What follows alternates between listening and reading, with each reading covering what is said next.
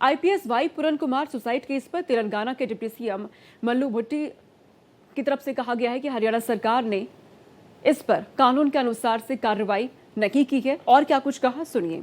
The government acts immediately on the dying declaration. But unfortunately, even after so many days, the Haryana government is not acting as per the law, and unfortunately even the dead body is lying like that for 7 days without a post-mortem. The two young daughters and the old mother are not able to see the dead body. तो IPS Y पूरन Kumar suicide case में लगातार जांच तेज हो चुकी है, लेकिन इंसाफ का इंतजार परिवार के लोग कर रहे हैं। परिवार की कई मांगे हैं, जिनमें डीजीपी शत्रुजीत कपूर को हटाने की मांग की जा रही है, गिरफ्तारी की मांग हो रही है। इसके अलावा सुसाइड नोट में जिनके भी अधिकारियों के नाम शामिल रहे हैं उन पे कानूनी कार्रवाई की मांग हो रही है। और जब तक ये एक्शन नहीं होता है तब तक शव का पोस्टमार्टम नहीं होने दिया जाएगा, ये साफ तौर पे उनके परिवार की तरफ से कहा जा रहा है। एसआईटी जांच कर रही है इस पूरे मामले में, लेकिन परिवार के लोग अपनी मांग पे लगातार अड़े हुए हैं। ऐसे में शव का पोस्टमार्टम छठे दिन भी नहीं हो पाया है। इसे लेकर के चंडीगढ़ में महापंचायत का आयोजन होता है, जो तस्वीरों में आप देख रहे हैं। इस महापंचायत की तरफ से अल्टीमेटम दिया गया है 48 घंटे का, और कहा गया सीधे तौर पर 48 घंटे के अंदर एक्शन होना चाहिए।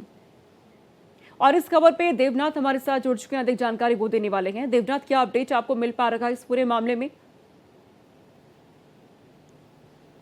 और देखिए सोनिका, अगर मैं बात करूं तो ये जो तस्वीर है यहाँ पर देखिए, ठीक मेरे कैमरे में आप देख सकते हैं कि आप यहाँ पर लगभग हर समय कोई न कोई आता है, कोई न कोई परिवार से मिलता है। यहीं पर आईपीएस की जो पत्नी है, जो आईएएस महिला हैं, वो यहाँ पर है, उनसे दुख दर्द बांटा जा रहा है। इसके अलावा तमाम सारे लोग जो पॉलिटिकल लीडर्स हैं वो आते हैं, यहाँ पर बात करते हैं। और इन सब के बीच सबसे बड़ा सवाल है कि जो पोस्टमार्टम है वो कब होगा, क्योंकि अभी तक जो दोनों पक्ष की बात करें तो सरकार ने ऐसा कुछ संकेत नहीं दिया है कि इसको ये आगे बढ़े मामला। लेकिन जो दूसरी सबसे बड़ी बात है वो ये है कि परिवार को सांत्वना देने के लिए, परिवार से बात करने के लिए लगातार लोग आ रहे हैं। अभी कुछ देर पहले जो है पंजाब के जो एससी कमीशन के चेयरमैन वो भी आए थे, यहाँ पर आए थे, महासचिव आए थे, और उन्होंने भी कहा था कि हमने सो मोटो संज्ञान लिया है। यहाँ पर तमाम सारी चीज़ों को लेकर के लोग आ रहे हैं, लगातार बात कर रहे हैं। लेकिन इन सब के बीच ये बात समझना पड़ेगा कि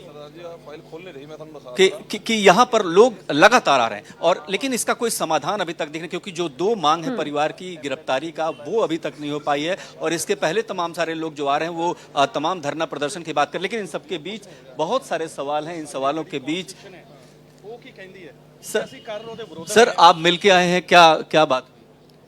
भाई मैं मैडम को और परिवार को मिलके आया हूँ। जो बात हुई है, जो इंसिडेंट हुआ, सबसे पहले तो that is very painful and tragic. ऐसा कुछ हो जाए इस खित्ते में, ये मानने वाली बात नहीं है, लेकिन सारे सामने हुआ। उसके बाद मैम आईएएस अफसर हैं, जो वो फेस कर रहे हैं एफआईआर रजिस्ट्रेशन के लिए, सप्लीमेंट स्टेटमेंट के लिए, जिन पुलिस ऑफिसर का उस सुइसाइडल नोट में नाम है, वो leave aside administrative action and criminal action, are they not morally responsible? अगर उनमें से किसी सगे भाई का ऐसा हुआ होता तो वो ऐसे ही घूमते? ये ब्रदर है IPS officer, he is a brother officer. I would again request DG Haryana, because I am no more a police officer, I am a politician, but as a police officer, brother officer I am saying, on moral grounds and ethical grounds, if he feels के कुछ गलत नहीं हुआ, let investigation proceed, let administrative authorities look into it. In the meanwhile, he should not wait for the action to be taken against him. उनको leave पे proceed कर जाना चाहिए, ताकि करके जनता को लगे, समाज को लगे कि ये अपने आप को पीछे कर रहे हैं, ताकि करके कानून चल सके। अभी ये मामला किधर जाता हुआ दिख रहा है, क्योंकि अभी पोस्टमार्टम नहीं हो पा रहा है और अभी कोई ऐसी सिचुएशन दिख भी नहीं रही है, तो आप कहाँ देख रहे हैं, कहाँ तक जाएगा? पहली बात तो ये है जी कि लॉ शैल परवेल। चंडीगढ़ पुलिस, हरियाणा पुलिस, जहाँ हरियाणा का पॉलिटिकल सिस्टम अगर इस कानून में कोई भी बाधा डाल रहा है, उसको पिन पॉइंट करना चाहिए और इन्वेस्टिगेशन के इन्फ्लुएंस करने के मैटर में उसके खिलाफ कार्रवाई होनी चाहिए। तो लगता है ऐसा कोई कर रहा है?